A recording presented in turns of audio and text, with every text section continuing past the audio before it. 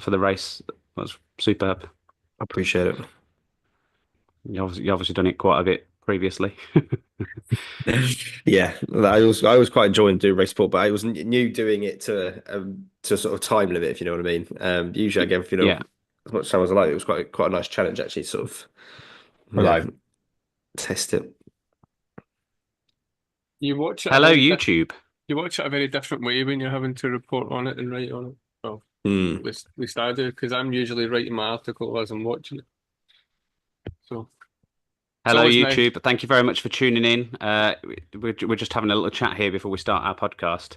But we're going to record our podcast for the week for reviewing the Miami Grand Prix. Sorry, I cut over Coops there because otherwise he would have just carried on forever, and we wouldn't have acknowledged the YouTube following. So thank you very much for tuning in. As I say, we're going to discuss the Miami Grand Prix in a bit of detail to well, yeah, to see if you obviously enjoy what you're hearing, see if you contradict what we're saying. If you agree with what we're saying, disagree, by all means let us know in the comments, and we'll try and hit on some of those as we go through the recording. Someone will keep their eyes on that.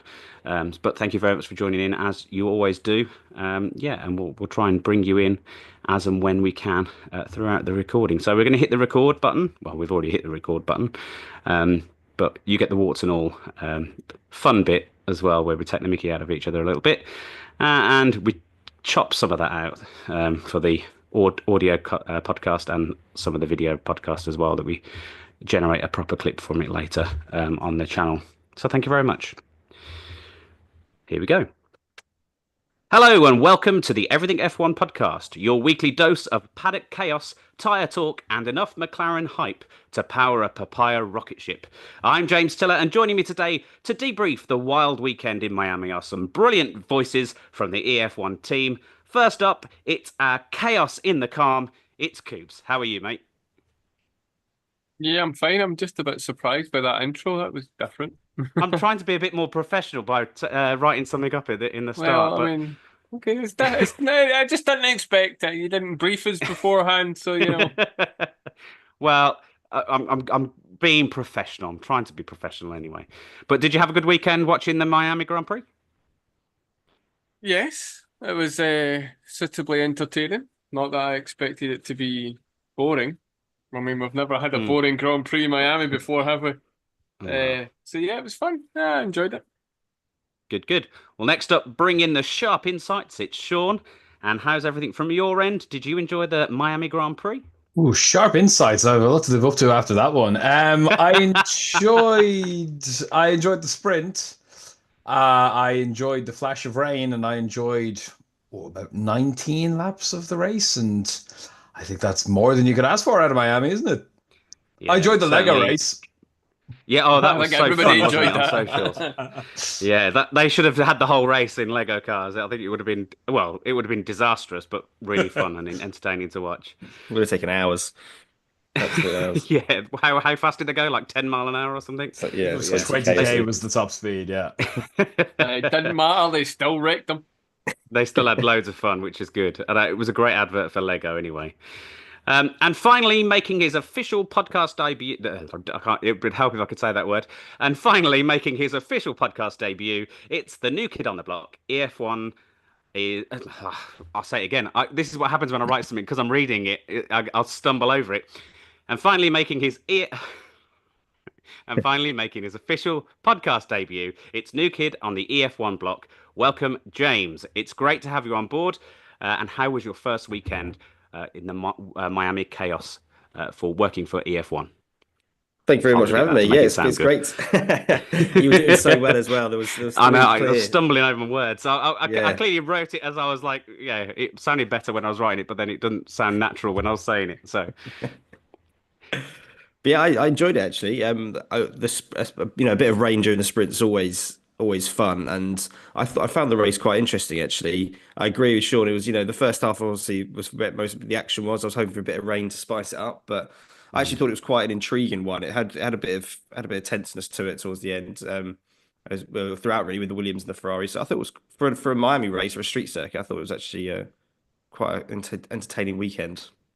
Yeah, certainly the most entertaining Miami Grand Prix, and that promise of rain that just kept getting pushed back and pushed back. Will it, won't it? It just never happened, and unfortunately, I think it probably needed that towards the end to really kind of perk up the latter part of the race. Okay, so before we dive into the Miami madness, don't forget to follow us on all our socials. We're at Join EF1 on Facebook, X, Instagram, and YouTube. You can also find us on TikTok at the handle at EF1 Official. Find us on our website, www.everythingf1.com, for news articles daily from the F1 world and the wider motorsport community. And hey, we've got a cheeky giveaway running. Once we hit 500 YouTube subscribers, we're giving away a Lego Speed Champions car of your choice. We'll also do it again at 1002, so all you have to do is subscribe and you're in the competition. And just a quick shout out to our sponsors, theraceworks.com. Get 10% off all official F1 merch with the code EF1 at checkout. So, let's get started with the madness that was Miami. The sprint on Saturday gave us lots of rain, pit lane carnage, penalties, and a McLaren win. Verstappen was also at the bottom. Coops, how did you see it play out? And were you impressed with the McLaren team and disappointed with Verstappen? Oh, no, I was disappointed with Charles Leclerc. That was entertaining to go full send with it being like that, and then you go on the internet and they're all going, "That's Ferrari's terrible." Imagine that. No. Charles decided when it was really, really wet to send it on a street track. On the wrong tires. Oh well, yeah, that too. So that's on him. But yeah, for a sprint, like I don't like them. Generally, I'm quite a purist. I like the qualifying, I like the Grand Prix, and then you have this wee mini race, and you're like, yeah, this is pretty much what's going to happen in the next race. It was pretty entertaining. It answered a couple of questions for me. Red Bull really don't know what they're doing anymore. They really have just lost that edge. Like when they were winning everything they did was just right, and it came really easy to them. And now they can't even get the guy at the pit lane without breaking a wing. Yeah. God, how the mighty have fallen. It never rains, but it pours, as they say. But it never rains, but they crash. And then I've kind of made my mind up that Liam Lawson is doing everything to prove Red Bull right because he's crap. As soon as I seen what he did to Alonso, I was like, yeah, Red Bull are right. I don't really say that often, but Christian, boy, good job. We'll go to Seán then. Obviously, Lando absolutely nailed it over the weekend, but it was a more kind of, was it luck or judgment that he got onto the tyre at the right time? Well, I always say, and I feel like I say it every weekend now because we get comments on it. You have to be in a position to get lucky in Formula One, and Lando seems pretty good at doing that in Miami, of all places. So yeah, he got a little bit lucky again with the safety car, but that's the way of it. You can't plan stuff like this. He didn't. To be fair, I think last year he put himself in a better position because he managed his tires a lot longer than anybody else, and he went a bit longer for that safety car to come out. This time it just happened to come out at exactly when he was going to pit anyway. So, Yeah. And then obviously the safety car stayed out to the end of the race, of the sprint. So, would he have won it? Yeah, probably. Yeah. But that's the way the cookie crumbles on that. The sprint, though, I agree with Coops. I'm not the biggest fan of it. And I had a bit of a rant in our chat the other day about Kimi Antonelli. He is not Formula One's youngest ever pole sitter by Formula One's own reckoning. He's just not, because in the exact same way that Oscar Piastri did not win his first race in Qatar in 2023, he won it in Hungary in 2024. Kimi being on pole for the sprint is sprint pole. It is not Formula One Grand Prix pole position. I'm just going to put that out there. That's how F1 rank it themselves. If it's one way for the sprint race, it is not the different way for the qualifying. Take absolutely nothing away from Kimi from that. That was a spectacular lap. Very, very impressive. on the same weekend, the Toto releases his, I won't comment too much on the Seat documentary thing that he's done about him to just hype even more ridiculous pressure onto the kid. But he did a good job, and then, learned the realities of starting from the front of the grid in Formula One is very different to start at the front of the grid in Formula Two. But that was it was a learning weekend for Kimi. He got a Yeah. very unlucky in the race, which we'll talk about a bit later. But just wanted to clear the air on that one. Sebastian Vettel still holds the youngest record. Kimi has the best part of 3 years to break it because Seb was 21, Kimi's only 18. But as of right now in Miami, Seb still holds that record. So let's just clear the air on that one and move on to celebrating what a good job Kimi did beyond that. Yeah, he did a fantastic job, and it was such a shame. But James, have you got any kind of comments on Verstappen's penalty? Obviously, he came P last, P17 because of that. You've obviously got thoughts on that.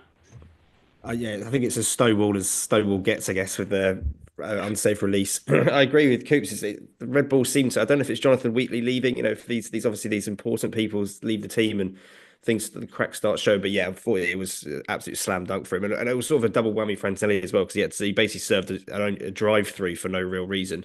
So yeah, it's absolutely fair enough that it was a penalty. And I don't think Verstappen could complain or argue against that, to be honest. I think he was pretty quick on the radio, wasn't he, to say that it was their fault. So yeah, I think it's fair enough. And I'm also a bit of a purist when it comes to the sprint as well. I think I don't like these sort of gimmicky things. If you're going to do it for all of them. Don't do it for specific ones, because then Yeah, sure. Theoretically 6 weekends out of the year are more important than the rest of the other 18, because if your car works well in these 6 sprint races, theoretically you could get more, 8 more points or however many more points. So but I think when they have the weekend like this, when it's raining and there's a bit more variety, actually I think they can be quite good. But I'm sort of with everyone. I quite like just to do it all at once or not at all. It's like the double points in Abu Dhabi in 2014. Just why make that gimmicky? Add some gimmicky thing to it. So Yeah. I think if they want to do it and have it like a separate championship, that'd be quite fun. But I don't also think it just takes away a little bit from the sport. But yeah, slam dunk. I know I went off in a tangent there, but slam dunk for Verstappen. Yeah, and I was happy to see him at the bottom of the timesheet, I must admit. But that's just my own biases.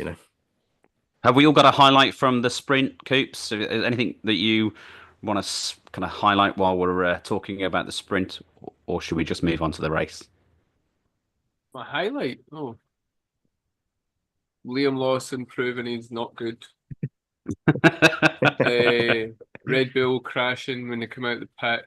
There's a theme.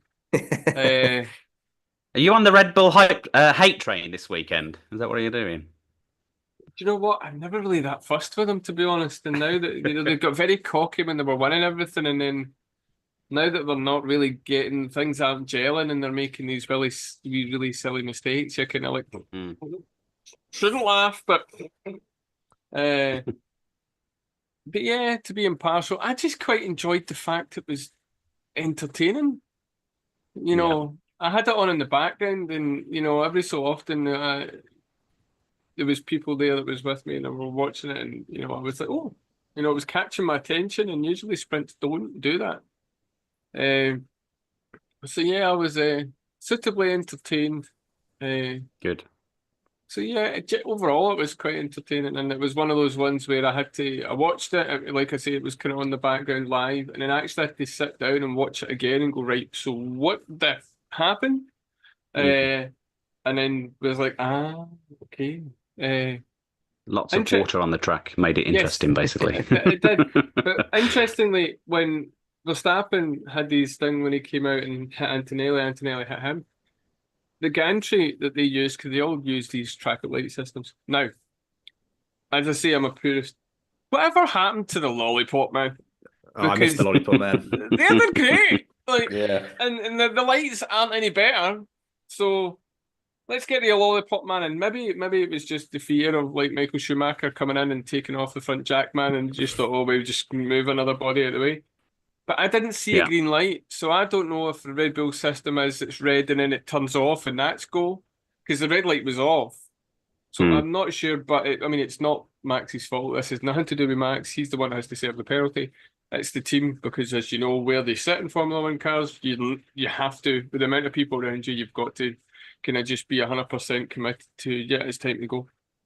And he didn't, from what I gather, he didn't moan over the radio about the penalty. He moaned to his team because I think he knew it was coming. Yeah.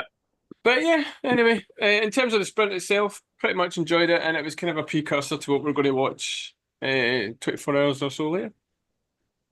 Seán, have you got a highlight from this sprint? I think just seeing Lando get that win, I thought it was pretty good. It's a good result for him. He needed that kind of confidence builder, especially having just slightly been pipped again. But yeah, I thought that was a good result. But the turn one drama between Kimi and Piastri was good as well. Good to see them get their elbows out. It was good fair racing. Like I said, seems a bit harsh on Kimi to say right now. Good learning opportunity for him for sure. 6 races into his Formula One career to be battled at the front of any sort of Formula One race and to lose out like that against a driver going for the championship. He'll have learned more from that than if he had just disappeared into the front. I'm 100% convinced of that. So watch this space now. We're getting into a run of races that he knows these tracks very, very, very well as anybody at this point, as he could do at age 18. So, next 4 races, this was a big learner for Kimi, and I think he'll come back really strong after what was a tough weekend for him at the end. But the sprint, yeah, it's a good weekend for him. That was a good moment at the start. And you, James, any highlights that you want to speak about from the sprint? I think my one would be Lewis Hamilton and or Ferrari. Whoever made the strategy call to come in, early for the softs, jumped him up. I know Hamilton said it was his call, and then after the race, and then I think Ferrari then said it was their call. Who knows who his call it was, but I think that was nice to see Ferrari getting strategy right in the first place.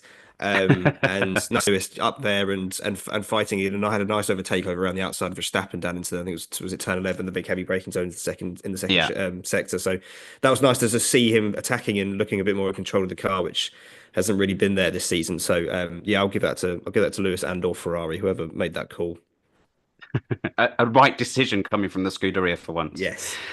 Seán spoke about obviously elbows out. It was all elbows out on the first corner of Sunday. So we've got obviously Max was locking up into turn 1, and who was it? Norris that got punted out wide as well during the chaos as well. So it was quite a start to the Grand Prix on Sunday. Coops, what's your take on the on the first corner incident between Max et al? Oh, I can't swear because I'm on YouTube, can I? Oh no! Right, Antonelli showed he was a rookie. That was to be expected, being up at front. Fine.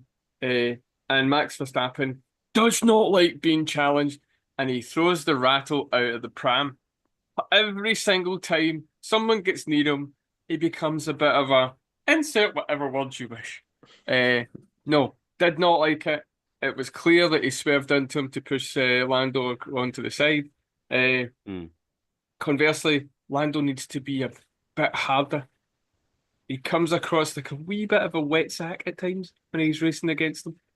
He just has to kind of make Verstappen make the decisions. Get around the outside of him, get him alongside them, because one of these times he's going to do these moves and it's still going to come off.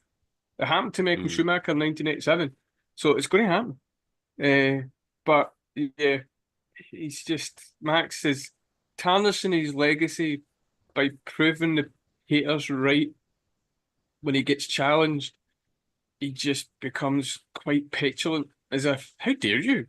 Oh no, I'm going to just do this and I'm going to just do that, and God knows what kind of condescending comment he would have made if he got a penalty for it, which he should have done. Yeah, it's the whole, he doesn't see how he's doing it wrong either. He doesn't. He's convinced that what he's doing is the right thing to do. Yeah, it's called arrogance, and it's that you just love it. Yeah, it's just convinced that absolutely he's done no wrong, and every single weekend. And if the favour was returned to him, he's instantly on the radio to point out the obvious. So he does know the rules. He's enabled. He's enabled by it though.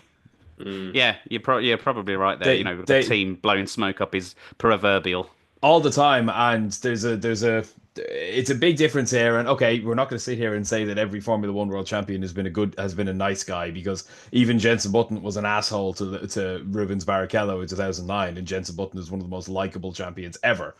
And I'd hear no other argument on that one. Lando's almost too nice by comparison, but you saw in Saudi, Max drove straight through the road, and GP and Horner are both like, yeah, he did the right thing. Off you go. 5 second Mm. penalty will come, just leave him for dust. He couldn't do it because the car's not good enough anymore to get away with that. But on the flip side of that, Lando overtook him off the track and without even being told to, gave the position back. And okay, look, I get it, Lando. He's coming across the good guy. He just wants to be who he is. He's a nice guy. He's a fair racer and all that sort of stuff. But if he wants to win the championship against his teammate now, he needs to be an asshole. They won by 30 seconds. He could have just vanished into the distance there. Okay, fair enough. With hindsight, they didn't know that at the time, but he should have had a bit of backing of himself. He's way quicker. He just passed 5 cars in about 6 laps. He's way quicker. Vanish off into the distance. Even if they put 10 seconds on him, you'll finish second and you won't have to. You'd probably be able to challenge Piastri for the win at that point and see if he could recover the 10 seconds.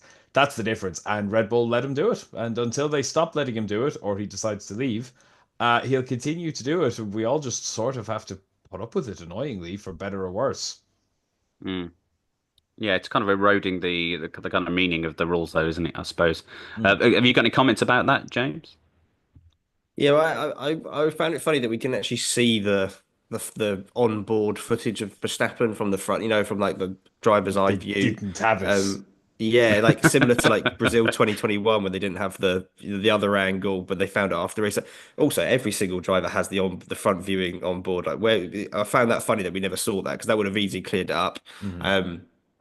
Yeah, and I think that I don't really like these 5 second or 10 second penalties. Again, maybe I'm showing my age, call me old fashioned. I liked the drive through and a 10 second stop go penalty because they're like proper penalties. I don't like these Yeah, 5 seconds because then, like you say, you can just, if the car's quick enough, you can just take the penalty drive off. Like in Jeddah last week, last time out, Max, rather than taking the 5 seconds, you have the free air. I think they're a bit gimmicky. Again, they're just give them a proper penalty. I think that would stop people. But and this one, I feel less. I think Lando Norris needs to be more aggressive, definitely. But I think this one was a bit of a strange one because there was a gap there, 100%. I thought he was well alongside. So if Verstappen hasn't just had a big tank slapper, I'm not quite sure what's going on there. And he is definitely enabled to do whatever he takes the rules. And I was watching the radio rewind earlier today, and there was one when Lando Norris let him through on lap 17, and then at the final corner, and then as he was going down the pit straight, he says, "If he overtakes me now, it's illegal," which is just, again, it just sort of shows the mindset of the guy. He really wants just like, any opportunity to screw people over. But I thought the first corner was an interesting one. I think Lando had every right to go for it. Maybe in hindsight, when they say, "Oh, he should have tucked in," but I think there was a definite gap there. And if he hadn't taken it, people would be thinking, "Oh, is he missed an opportunity to overtake Verstappen and sit behind him?" But it definitely did cost him a chance at the win. I think that's the difference between him and Piastri at the moment. Piastri seems decisive, Yeah. takes these opportunities, dives down the inside when needs be. Lando can be a little bit, I know we'll probably get to it, can be a little bit overtake shy at some points to stick your nose in and go for it. Well, Oscar just doesn't seem to have that issue and just goes, dives down the inside, has nice racecraft and makes those opportunities stick and then disappears, which Lando, it's happened a few times in the last year where you need him to make an overtake quickly, maybe Austin last year, and he just sort of sits behind too much and Do you he think needs to really that's make those decisions. Do you think that's a bit of PTSD in Lando, going up against Max? Because Austria, obviously, last year they Yeah. went toe to toe, to bang, and Max sort of got away with one there, and Lando didn't. And then Austin, and then the big one being Mexico, where Max quite literally tried to drive him into the damn wall twice. And again, the 10 second there wasn't anywhere close to enough for just like that was a black flag. And so Lando has a lot of reasons to be a little bit afraid of going up against Max, which Oscar, whether he would be bothered by it or not, hasn't had yet because he has now gone up against Max twice and won pretty easily and pretty quickly. So do you think it's a bit of Lando's got a bit of PTSD, or do you think Max literally doesn't fight as hard against Oscar for whatever reason?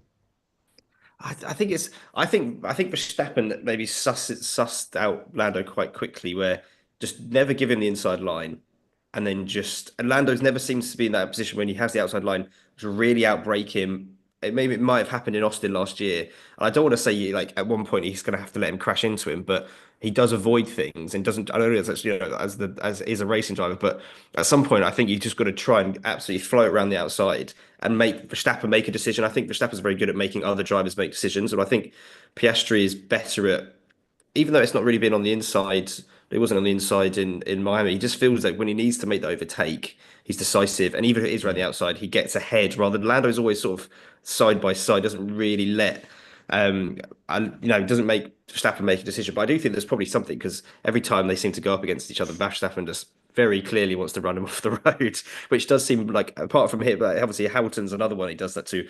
I don't know. Maybe Oscar and Heather haven't had as many opportunities to fight each other, but Verstappen seems to respect Oscar a bit more than maybe others, which is also interesting because he's only been around for not that long and they haven't really had many battles. Maybe that's why. But Verstappen does seem to push things further with Lando Norris, but I think he knows he can, and he can take it. And Lando's going to not really make a decision. So I think that's something that Lando needs to improve upon. One day, he did lunge down the inside.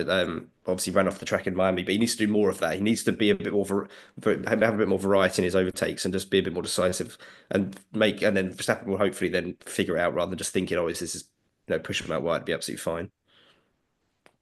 Yeah, let's talk about that. That was probably where the most action came, wasn't it, Coops? Obviously between Piastri and Verstappen and Lando Norris a little bit later. Obviously, the McLaren pit wall kind of put him through that overtake. He's going to try and Red Bull coaching Max at first, so make sure you take the inside line and push him out wide, and then obviously McLaren saying to Oscar they're going to try and push you out wide. So he knew what to expect. He made the decisive decision and performed the overtake perfectly. Whereas when they told Lando the exact same thing, Lando just found it that little bit more difficult. Obviously, that touches on what James was saying and what Seán was saying. What's your take on it? Is Lando too soft? Does he need to be harder? Do you think there's just something inherently a bit too safe about Lando? Lando Norris's racecraft isn't as good as people think. Because he's been found out because George Russell found him out when he was at Bahrain, where he was all over the back of George Russell, and he should have passed him. He should have passed him a lot sooner than he did. I can't remember if he did or didn't. No, he didn't. All George Russell did was park the car when it needed to be parked, and he knew exactly what was going to happen. All Lando needed to do in Bahrain was stick behind him, get a good exit out of that twisty first couple of corners, DRS into the next lot, I think it's corner 4 or 5, the long straight, down the inside, boom, there's Dodge Durante. No, didn't happen. He was round the outside, and he's, George knew, so as soon as you go round the outside, you're mine. Like, I'll just make the corner nice and narrow, feed you the grass, as they say, and away I go. And that's exactly what happened. And it happened again in Miami. Like, Lando just makes the wrong decision at the wrong time. Sometimes you make the right decision at the wrong time. Sometimes you make the wrong decision at the wrong time, right decisions, whatever. But he just doesn't get it right. And it seems to be a consistent thing with him, but he's just not quite getting it right. The more and more I see him this season, and now comparing it to Piastri, he's one of those people that will, I know this will annoy you, Tiller, but it's a bit like the Jenson Button thing, where it's you're kind of lucked into a championship because he was like, if you put Jenson Button into a race where he's got a proper challenge on him, I don't think Jenson Button would win a championship. And I mean, he was against. He never got the team, did he, early on? So it's really difficult to say that when you're in a backmarking team. He did once, but he had to go up against one of the best cars ever made by Ferrari. Yeah. Exactly. But what I mean by that is, if you put Jenson Button in a situation like Verstappen in 2021 with Verstappen and Hamilton, I wouldn't put my money on confidently that Jenson Button would have that nastiness in him to just do what he needs to do and just be a wee bit more of an ass, or I don't know, that word, that type of person, that driver. And I think Norris is this generation's David Coulthard. He's just a wee bit too nice. He's good. He's going to win. He's going to help McLaren probably get another constructors.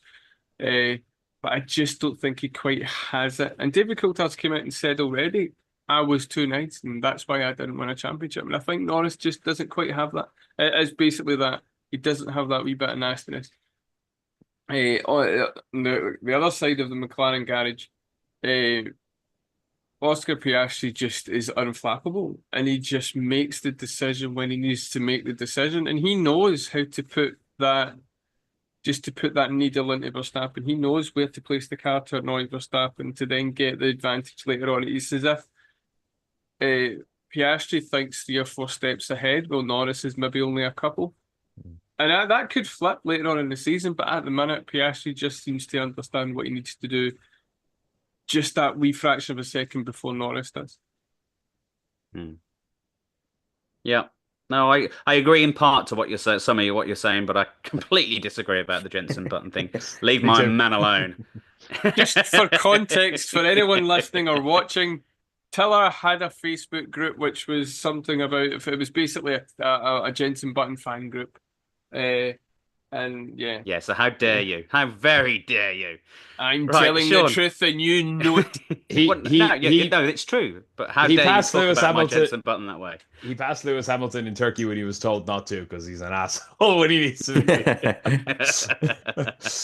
All right, Seán, the McLaren 1-2, obviously they're looking unstoppable. Do you think anyone can actually stop them in their tracks as we head throughout the summer stretch of the season? Or is it looking like it's going to be pretty dominant? They are already Continuing forward. 105 points ahead of Mercedes. Mercedes look Nice. good. Mercedes do look good. Yeah.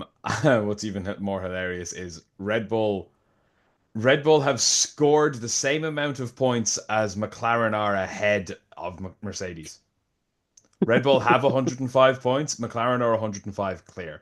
The way they're going at the moment, McLaren are proving that, the team only care about the Constructors' Championship. We talked about this when we had our Red Bull special, which I'll link to when we upload this again. If you want to listen back to that and how they messed up and just where Red Bull have gone. Teams shouldn't care about the Drivers' Championship. Ever. Ever, ever, ever, ever, ever. Even Ferrari in their heyday with Michael Schumacher didn't give a crap about his Drivers' Championship as long as they won their Constructors. Because they lost out to McLaren, and then they went and lost out to Renault. They didn't care. They wanted the Constructors, and then Mike can go do whatever the hell he wants.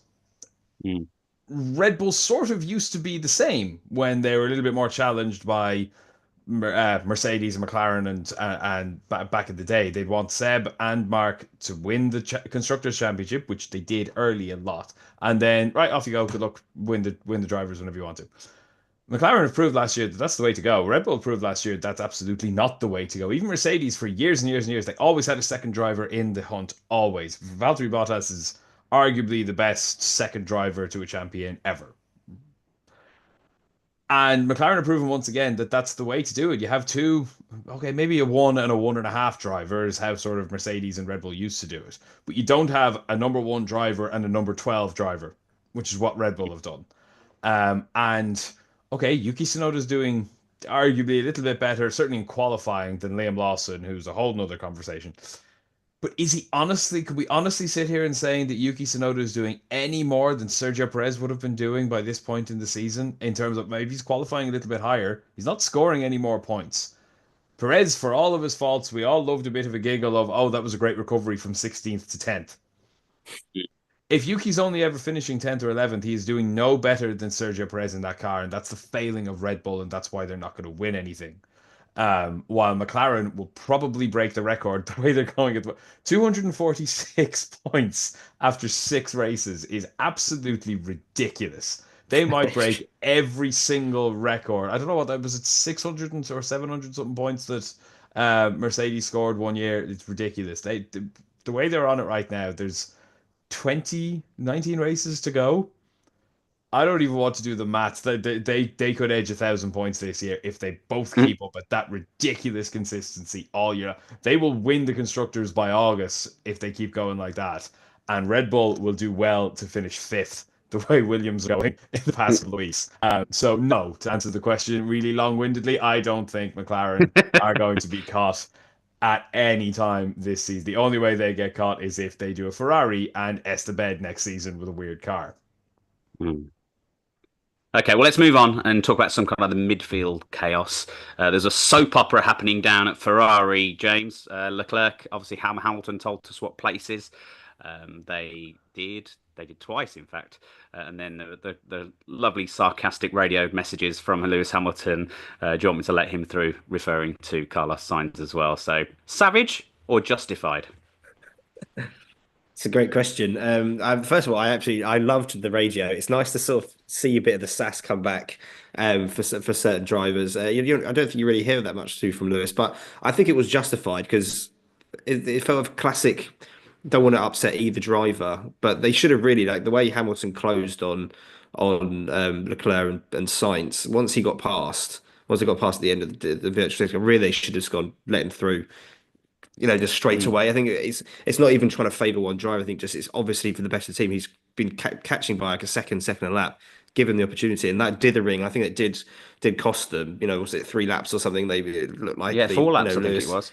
Yeah, and then it was strange because Lewis obviously then got through and just didn't really pull away. I find it hard to think that he would have destroyed his tyres in those 3 laps, but he just wasn't able to get away. And then they had the interesting decision then, well, what do we do now? Because Leclerc's not doing anything well. So I think his anger was his frustration was justified because I think they should have they had time to see it coming. Once they were going, they should just easily swap them round, and they did a bit of dithering. So, but then Lewis should have disappeared. He should have, he made the make a decision again by not getting away from Charles, which was interesting. So I enjoyed it though. That sort of they spiced up the second half of the race. I thought the Williams getting into it as well was quite fun as well. So it's nice to sort of hear a bit more angst and drama on the radio because sometimes I feel like, especially with all this swearing rules and things that have been bringing, they've maybe dimmed it down a bit. Did you see the Bart Simpson? Did you see the Bart Simpson Millhouse meme of Charles leading Lewis into the cave? This is where I come to cry, and it's just the radio message. We are checking.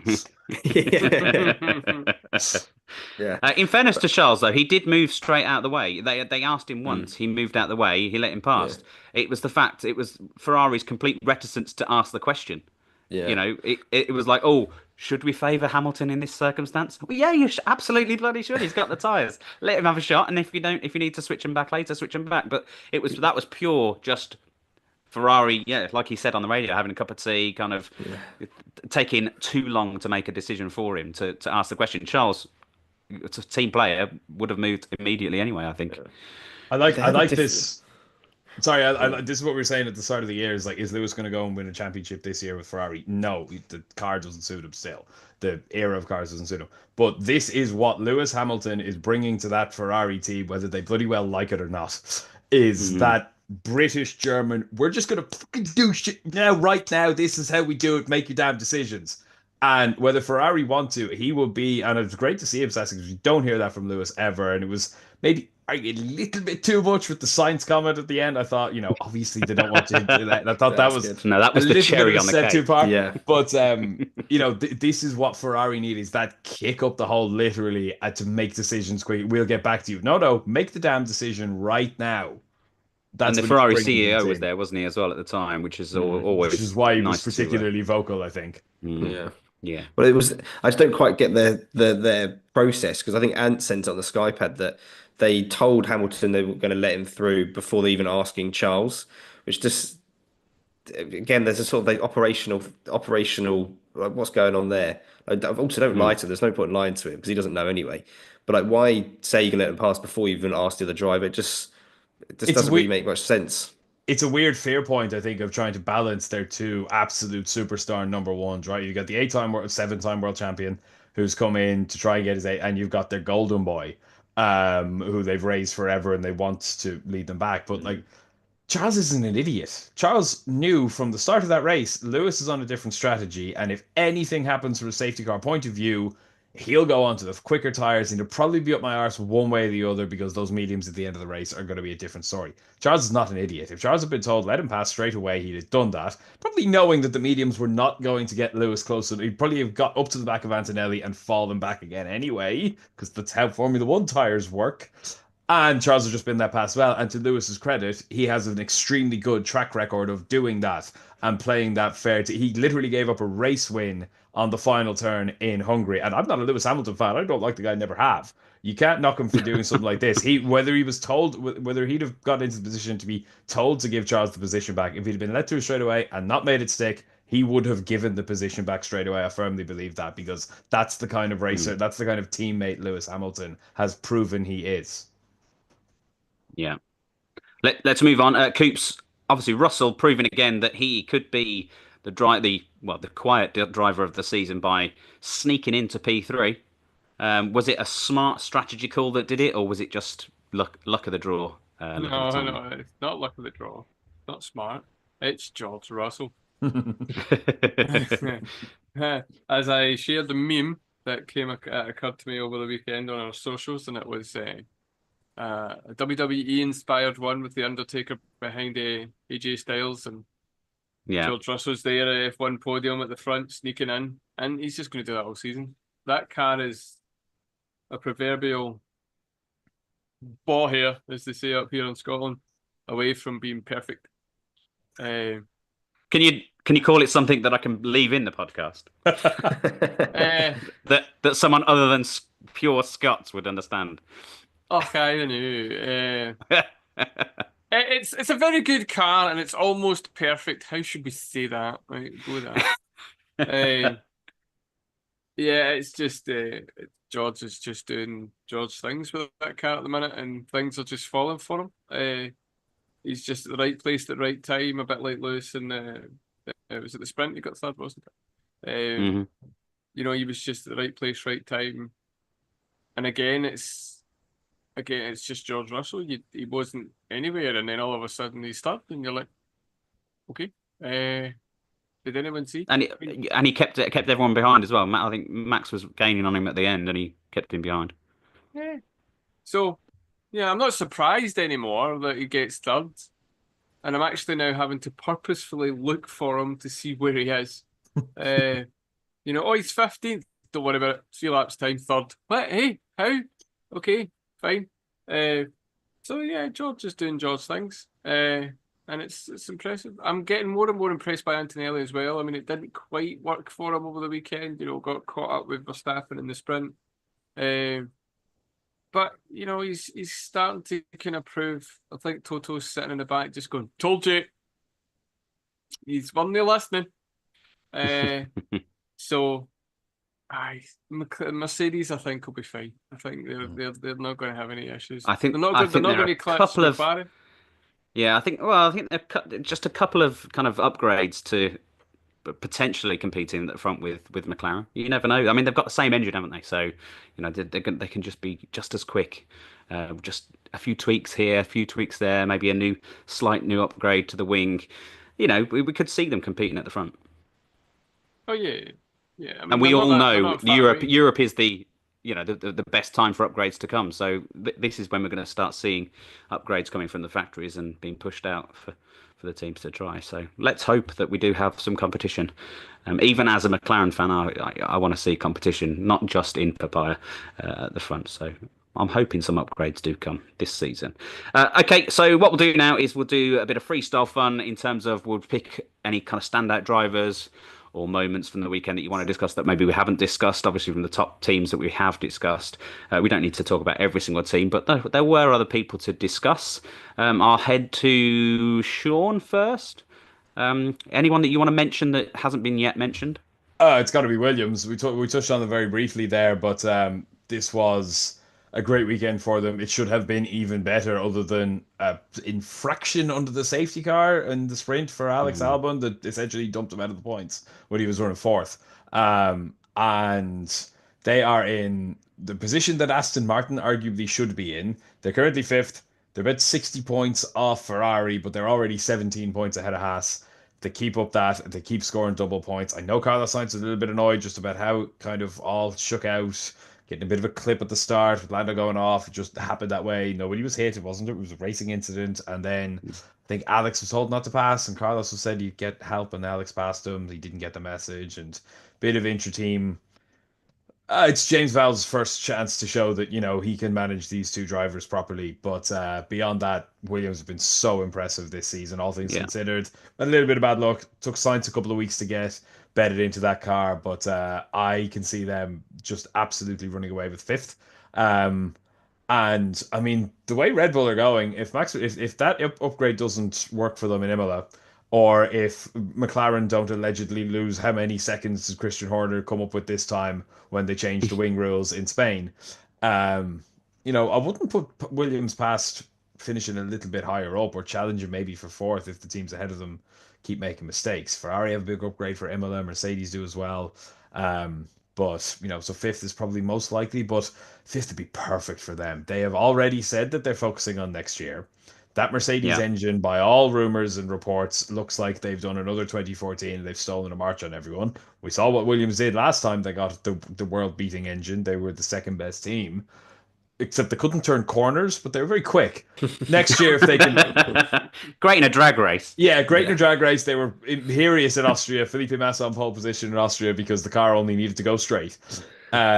But if they can finish fifth, they're already focusing on next year. Fifth is the perfect balance of an absolute metric boatload of money and development time for next season. So I'm really, really impressed with Williams, and James Vowles is a superstar team manager at the moment. I think he's doing absolutely everything right. And like I said, now he gets an opportunity to prove his worth as a man manager to these two lads, because that's the next challenge for him, and I think he's going to do a good job of it.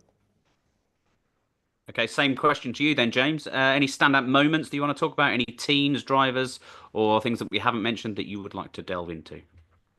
Mine might be, I was going to say Williams as well, but Seán got there in front of me, which is absolutely fine. And I think my one, it might be an interesting one that I don't know if you've spoken too much about Isaac Hadjar on the podcast, but I know he started 11th, finished 11th, but I've just been really impressed with him. He's come in as a rookie, obviously. I think Antonelli sort of stole a march probably on Rookie of the Year, but it just proves that, we've seen drivers come into big teams and not done well, initially. So Antonelli was obviously up there, but I just think Hadjar's just done a really consistent job. So it was the worst possible start in Australia, crashing on the formation lap. You thought, oh no, is this going to be another one of Red Bull's, mishaps? But actually, I think he's been fantastic. And to miss out on obviously another points finish, unfortunately, he should have had two other points finishes in the early races if Racing Bulls had strategists. But I think he's just a really impressive young driver, and I think he did well in F2, and I think I wouldn't be surprised if he's in that Red Bull, I don't know, by mid-season at this rate. But I just wanted to give him a shout out because I think he's not under the radar, but I think he's been a really, really good top talent, consistent, fast, making some nice overtakes and things. So I just wanted to shout him out because I think he's been really good this year, and we'll fight Antonelli for Rookie of the Year. I think it's between those two. Would you be worried about him getting the Red Bull seat too early? I completely agree. He's been phenomenal. Yeah, I don't want him anywhere near it. Yeah, I don't want him anywhere near it because I think it's a little bit cursed. He was under the radar coming into this season. He lost the F2 to Bortoleto, who I think he's doing a good job in a green wheelie bin, all things considered. Even though he's 20th in championship at the moment, but like I said, that car is crap, and he's just holding out for Audi and getting used to it. But do you think he'd do the job in Red Bull if it happened? Because he wouldn't put it past them. I don't think anyone else can do a job in that Red Bull at the moment. Obviously it's great with hindsight, but I said beforehand they should never have put Lawson in that seat anyway. I thought, why have Tsunoda in the juniors team for so long and not try him out? It made no sense to put Lawson over him because then it's a real sort of win-win. If Tsunoda sorts himself out and actually is a good driver in the Red Bull, brilliant. If not, you just replace him with Lawson anyway and you say, I told you so, and move on. But I just think something's going on with that Red Bull. They've obviously designed it so closely. They can say whatever they like about it's not designed for Verstappen. I don't care if it's not designed for Verstappen. It's driven. It's designed. He's got the most out of it, and there's clearly something going wrong with it. So I think leave it alone for now. I think give Hadjar a year. It shows that Lawson. You can't just put a driver in for 7 or 8 11 races over 2 seasons, then expect them to hit the ground running. I think the best thing they can do is leave Hadjar there, let Tsunoda have a season and see what happens. You never know. In 10 races time, Tsunoda might be right on the pace with it, and they've got another season. I don't think you need to be sticking these drivers in so early. I'd leave Hadjar in for as long as possible until he's there. But he's it's a performance business, and he has been performing. And he's been performing much better than Lawson has, and arguably better than Tsunoda. And they were right next to each other in that Racing Bull. So I'd leave him there for now. I think they hopefully they've learned their lesson as well. So I want them to stay and then build because he can have a long Formula One career if Red Bull act rightly. And also they need 2 top drivers. This championship has shown you can't just have one driver. McLaren are so far ahead because they've got 2 top drivers. Antonelli's going to be one, and I think Mercedes made the absolute right choice putting him in. But the Red Bull need to nurture people rather than just stick them in the deep end, which hasn't really worked since Ricardo, to be honest. So it's or maybe science, but I'd leave it. I'd leave him there definitely. Okay, and Coops, who do you want to pick out as a highlight / somebody who we need to talk about from the Miami Grand Prix weekend? Struggling to think of anyone else. Probably my biggest one's Fernando Alonso. I mean, I know the Aston Martin's a bit of a heap at the minute, but who would have thought that Fernando is not getting any points, and we're Mm. we're 6 in now, aren't we? Yeah. A couple of sprints already, no points at all. You know, how are we seeing the end of Fernando at his age? And, you know, again, epitomising Fernando Alonso's career, being at the right team at the wrong time. You know, Mm. He was just practicing his ballet with that pirouette spin. That's all it was. no, it's just when you're on the same track as Liam Lawson. I mean, that's going to happen to most people. Yeah, it's concerning. Lance Stroll's phoned it in pretty much since the start of the season, and as far as I remember, they two were the last runners to finish, from what I can remember. On the road. Yeah, Stroll and Alonso. And so, you know, Adrian Newey must be wondering what he's got himself in for. Should have gone to Ferrari. No, I mean he got. He got a good contract. He got a good pay packet, definitely. But I mean, it's not even a part of he's an employee. I think he's part of the business. It's a bit like the early, was it McLaren? I think it was when he was in there that he was part of the business, and he was same way Red Bull. He wasn't just an employee. He was ingrained in the whole infrastructure of it all, and he's kind of got a similar deal. Shares and whatnot, yeah. Shares and opinions, opinions that aren't just about the car, about how things work. So no potential opinions on drivers too. There's only one opinionating driver, and it's still the boss man Stroll that his son can't drive the car. He could at one point. He just looks like the most miserable Formula One driver though. Like it's not like he's like being really enthusiastic about it either. It's like you clearly don't want to be there. No one really wants you there. He has no very personality. Quickly the most irrelevant Formula One driver of the decade. And it's it's like his dad's forcing him to drive. It's like, I've spent all this bloody money on you. You're driving until I tell you stop.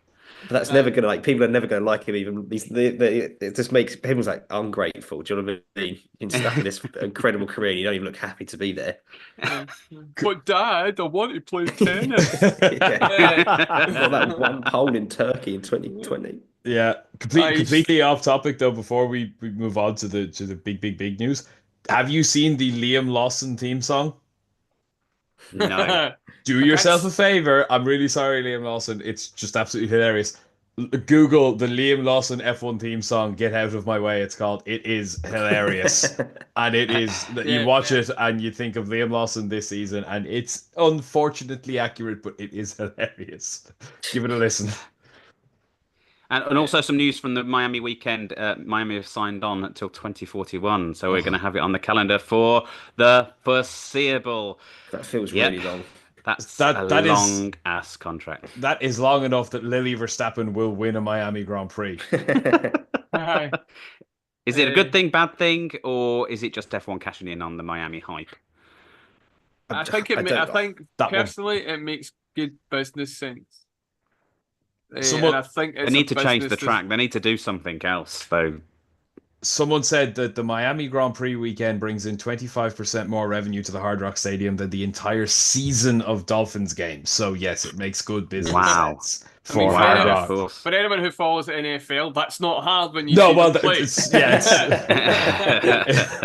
It's if you were saying they bring on more money than the Patriots or the Packers, you'd think, do they? But no, the Dolphins is not a particularly high bar, but even still, you think of for one weekend of slight inconvenience to the car park when nothing else is going on anyway, it is absolutely ridiculous. Now, okay, the average price of the ticket is like $2,000 for the cheapest tickets. They're ridiculously expensive, and most of the people there are celebrities who've been given corporate tickets which are worth about 20.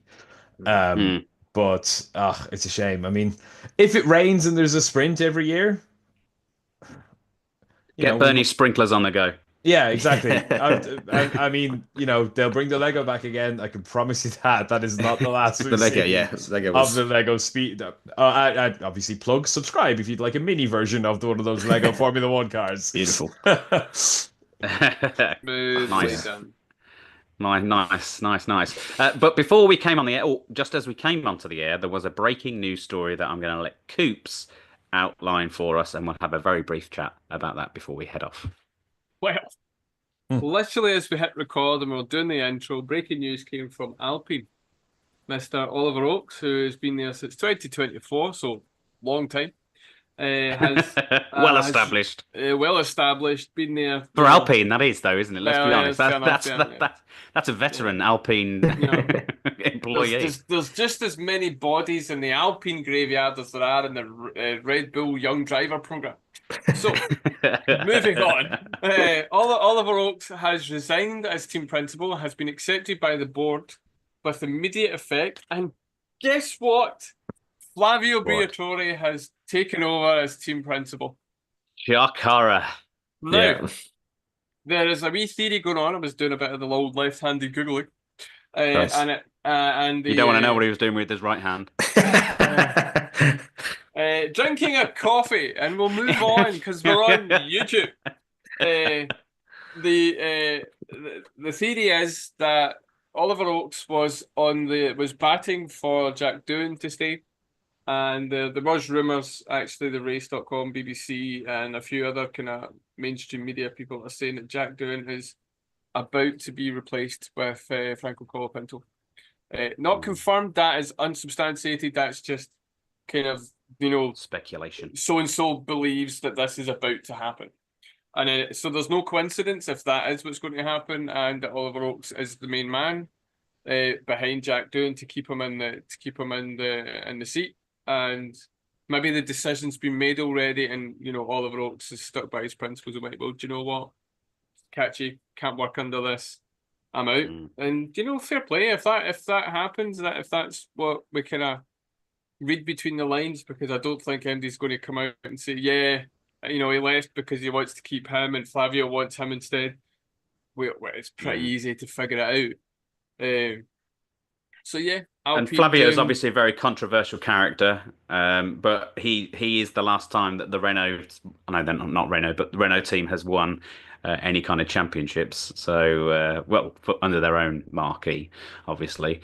Is it a good move? I think I personally, although controversial, I do think he has, that relationship with obviously everyone throughout the grid.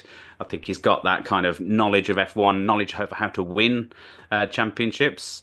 Obviously, I'm upset for Oakes and whatnot, but it is what it is. That's the rotating Alpine kind of board that we've had over the last few years. No one's really kind of settled in too long. James, have you got an opinion on the Flav Oakes change? Yeah, well, I think Flavio Briatore doesn't like to share power, so I think that was probably inevitable. Unfortunately, once he came back into the team, that he was going to eventually run it.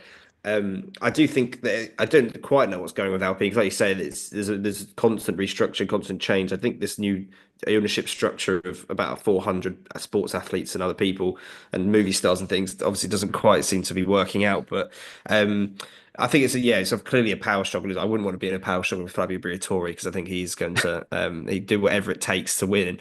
But I think it will, time will tell. Obviously, like you say, he was extremely successful with Benetton coming in, which is, I find it hilarious, as he was a fashion executive that just got roped into being, the team that they bought the team, and he's just now become one of the premier team principals. So, and I think once they signed Colapinto, there was always going to be that conflict as well. And I think, obviously, as Coops said, I think it was Flavio was the Colapinto side, and Doohan and Oakes the Doohan side. And Oakes sort of came in, and not as a big name, from was it High Tech and F2, and probably a little bit like Doohan, his position was probably not untenable, shaky initially. So I don't see Flavio. I don't know if Flavio Briatore can turn it around. It's been a long time since he was a team principal, and there's clearly issues behind the scenes, not just Flavio Briatore, but I'd expect to hear Colapinto's in that seat tomorrow as well. So, it's all a bit of chaos. We love a bit of chaos. It's Formula One, isn't it? So it's always an entertaining storyline. And do you have an opinion, Seán? About Alpine? About Alpine? Do I have an opinion about Alpine? My opinion about Alpine is they are an absolute joke and should not be in Formula One. How do you really feel? I think a lot of people possibly thought that I might have softened after the Otmar Szafnauer days. No. I mean, look, I'm not going to say I like Flavio Briatore. He's an interesting character. He's a cheating scumbag, but he's an interesting character. His ban was overturned on appeal. Not if Felipe Massa has anything to say about it. But this is not accidental timing, is it? Considering that Franco Colapinto's sponsors leaked 2 weeks ago that he's getting the drive in Imola, and he's obviously Briatore's man. I think anybody who thinks that the man from High Tech gave in his notice willingly has never heard of Flavio Briatore, and doesn't know how he could. Could you imagine the phone call, Flavio to Oliver? Is that Oliver? You've resigned. You have two options: either your car goes into a wall, or your resignation goes onto my desk. No, I don't even think it was a question. It was you've resigned. It's, that's it. Two words. That is the Flavio Briatore school of managing Formula 1 teams. But is it a good thing? I always thought he should. I always thought he should manage Ferrari. How fantastic would that be? Yeah. Fantastic. I'm a little bit surprised he came back to run a Formula 1 team and that he's not competing against Ben Sulayem, because you just know we need a new Max Mosley at the helm of the FIA. Get Flavio as the direct. Yeah, get Flavio at the top of the FIA. And to be fair, I'm fully behind that. I'm all on board for that. Think of how much swearing would be allowed in Formula 1 if that was the case. It's mandatory. It's mandatory on the team radio to be swearing. No, Alpine are an absolute joke. They're not even racing with their own engines from next year. Oliver Oakes, I feel a little bit bad for the guy. As you said, James, he was brought up from High Tech, and High Techs are an okay Formula 2 team, but they're a Formula 2 team, and they haven't won anything in Formula 2 other than the odd race, which in Formula 2 happens to everybody. So that's not even a particularly massive CV to go on to then jump up to manage a Formula 1 team with an immense amount of backing, which is weird. I'd love to know what Ryan Reynolds and all the celebrities who suddenly care about Formula 1 think about all of this. But they probably love it. Well, Alpine are a total joke, but it's going to be funnier now with Flavio's blue glasses every weekend. So Yeah, so you heard it here first anyway. They will change at Alpine and with potential more changes on the horizon. Okay, brilliant stuff. That's all we've got time for this week. But thank you for everyone listening. Did we get any comments on the YouTube while we're here? If anyone wants to have a shout out to any of our adoring fans. We do have one thing to discuss quickly. Oh, okay. And that is Sean and Tiller and I's predictions. Yes. Oh, okay. Go on then. What? Who was right? I think I was, wasn't I? Okay, so Sean, can you remember for the sprint what you went with? I think I got at least one thing right. Did I not say Lando was going to win? No, I think I said Lando and Piastri. Right, one at a time, you two. Right, Sean, you went for pole at the sprint was Oscar, and the winner being Oscar. So not bad. No, I got none of that right. I went with Norris and Norris for the sprint, pole and one, and Tiller, you went with Max and Max. Oof, it's a brave stance to take. Disaster. I can't remember. I couldn't remember what I said. He was on pole, wasn't he? No. Oh yeah. No, Antonelli. He was on pole for the actual race. Pole for the race. Yeah. We're going to get the GP. Pole, Sean Norris. I went with Norris as well. No, I went with Max, actually. My apologies. That was me. So it was Norris for Sean. I went with Max, and Tiller went with Lando. So that was the Grand Prix. Your top three was Norris, Leclerc, Russell. That was Sean. So you got third place. You got Russell. Yep. That's my boy. That's my boy. I went with a Norris win, Max and Leclerc. God knows why. And Tiller went with Oscar, Lando, and Leclerc. One away. Disaster. What a way you put a Ferrari in the top three. What the hell are you? Yeah, what a donut. There Okay, you go. well, we'll do all that again all next week for the Emilia-Romagna Grand Prix 2 then. But thanks for everyone listening. Thanks to my panel. Thank you today for coming to chat. Don't forget to follow us on all our socials at JoinEF1, at EF1 Official on TikTok, and subscribe on YouTube to get your chance to win the Lego Speed Champions giveaway. 500 subs we draw once to get a winner, and then again at 1,000 too, and you can be a winner of one of the F1 Lego Speed Champion sets. Did you want to say hello to any of our comments, Sean, while you're there? Were there any comments? Nope. Oh, But okay. We'll cut that out then. We did have a few people watching, so thank you to everyone who watched. And thank you for subscribe to everyone. YouTube. Yeah, please subscribe. But yeah, thanks also to our sponsor, theraceworks.com, for supporting obviously the podcast and all our social and our website as well. Remember, if you are wanting some F1 merch, use the discount code EF1 at 10% off the whole site there, and they do kind of have merchandise from everyone across the grid, so you'll get something that for every single fan of F1 and some non F1 Motorsport too. But we'll be back next week with our Emilia-Romagna / Imola Grand Prix preview. Until then, take care and see you soon. Bye. Bye bye.